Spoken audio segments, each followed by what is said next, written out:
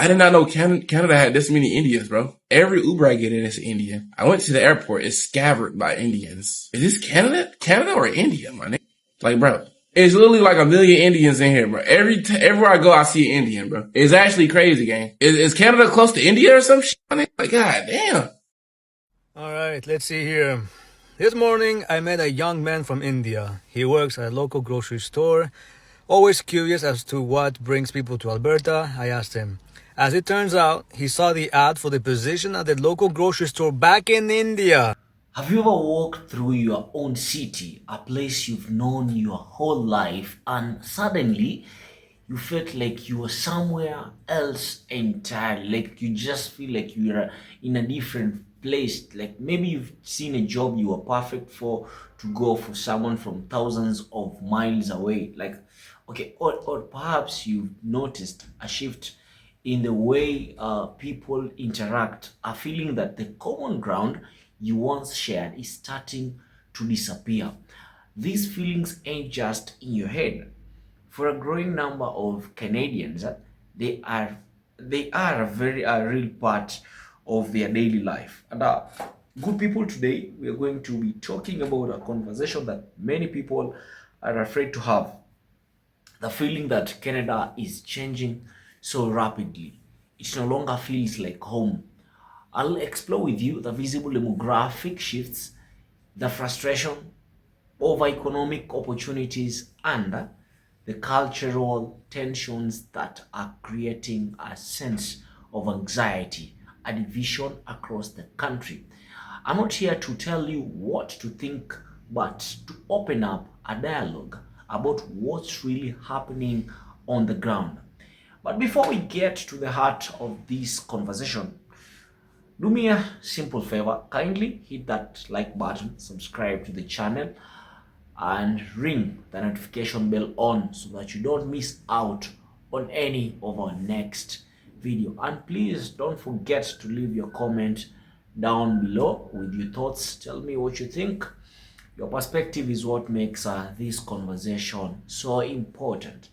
Now, good people, let us watch some of the clips that have brought this conversation into life, and then I'll be back to discuss everything with you. Guys, when you land at Pearson's Airport in Canada, you literally think you landed in New Delhi. Next time you land at Pearson's, pay attention. You'll realize that majority of the workers are Indian, right?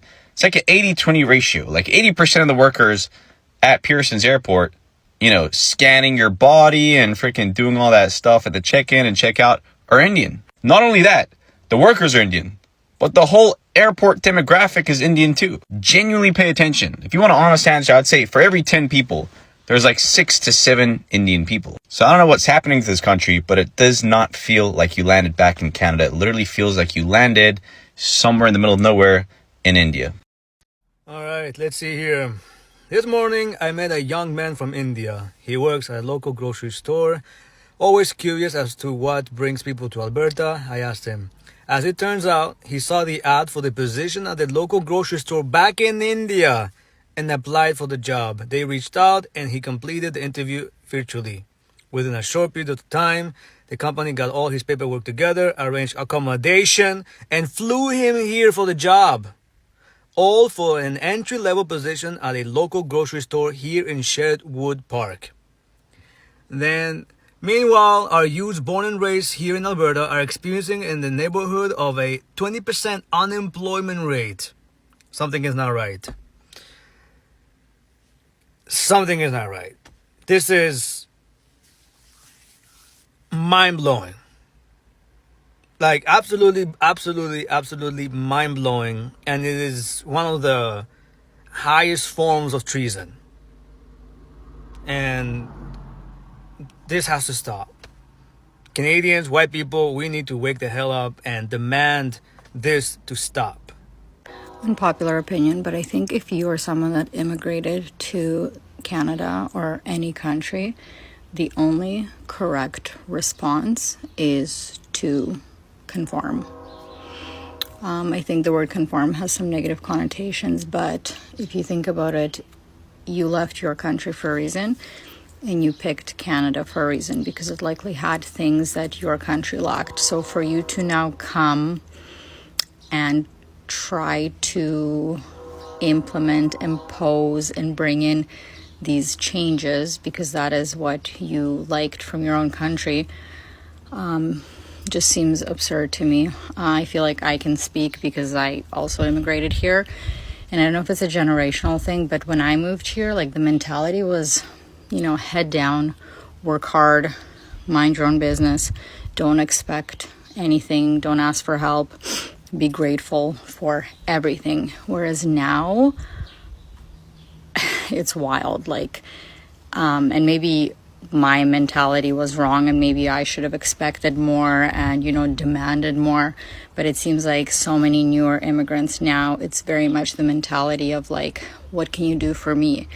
And how will you respect my needs and wants? And how will you accommodate my culture and my religion and so on? And I don't know, I don't know if my mentality is just so backwards, but you have to conform. Welcome back, and I hope those clips gave you a lot to think about. What we're seeing and hearing about is a complex mix of economic frustration, a cultural anxiety, and a deep sense of displacement. This is not just about statistics, it is about what it feels like to live in Canada right now as we speak. And the clips they have highlighted a profound sense of unfamiliarity. Because for many long-term residents and even established immigrants, Canada is simply doesn't feel like Canada anymore. It is an emotional reaction to a visible, undeniable, and rapid demographic shift. When you step into public spaces like grocery stores, take a ride sharing service, or even walk through an airport, and a single dominant group appears to be everywhere, it triggers a feeling of profound unfamiliarity, isn't it?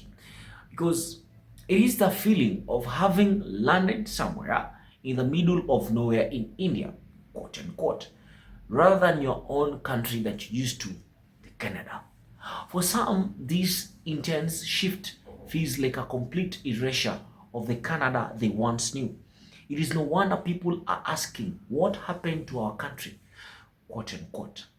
This feeling of displacement is tied to a powerful undercurrent of economic betrayal. The clips brought up a critical point about youth unemployment, particularly in places like Alberta, where rates hover around 20%. Now, I want you to sit down and imagine being a young Canadian, struggling to find a job, and then seeing companies actively recruiting, flying in, and housing workers directly from India for the very entry-level positions you could have filled. This is not a small issue, my people. I mean, it feels like an injustice of some sort. Some have gone so far as to call it one of the highest forms of treason, because what can we call it anyway? And this is where the political dynamite is. The perception is that Canada's immigration system is prioritizing international labor pipelines over its own citizens, essentially telling its youth, you don't matter, quote unquote. It is hard to build a cohesive nation when a significant portion of your young population feels alienated and undervalued in their own home. That's crazy for a fact, my people, because beyond the economy, there is a noticeable cultural tension. The clips we've just watched have made a powerful distinction between what was described as the old school immigrant mentality and the new one. The old guard, those who came to Canada decades ago, often did so with a mindset of assimilation. Keep your head down, work hard, don't expect special treatment, and be grateful.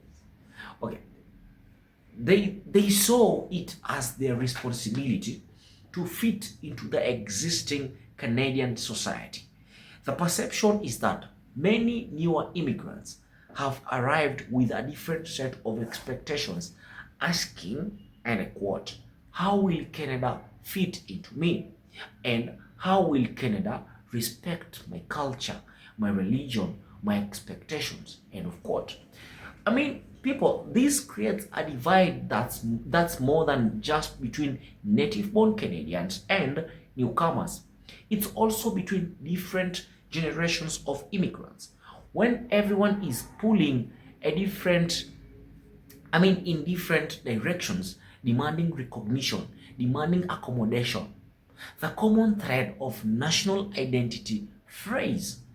Canada has always prided itself on being a multicultural mosaic, but for many, that narrative is beginning to feel less like a beautiful mosaic and more like a takeover.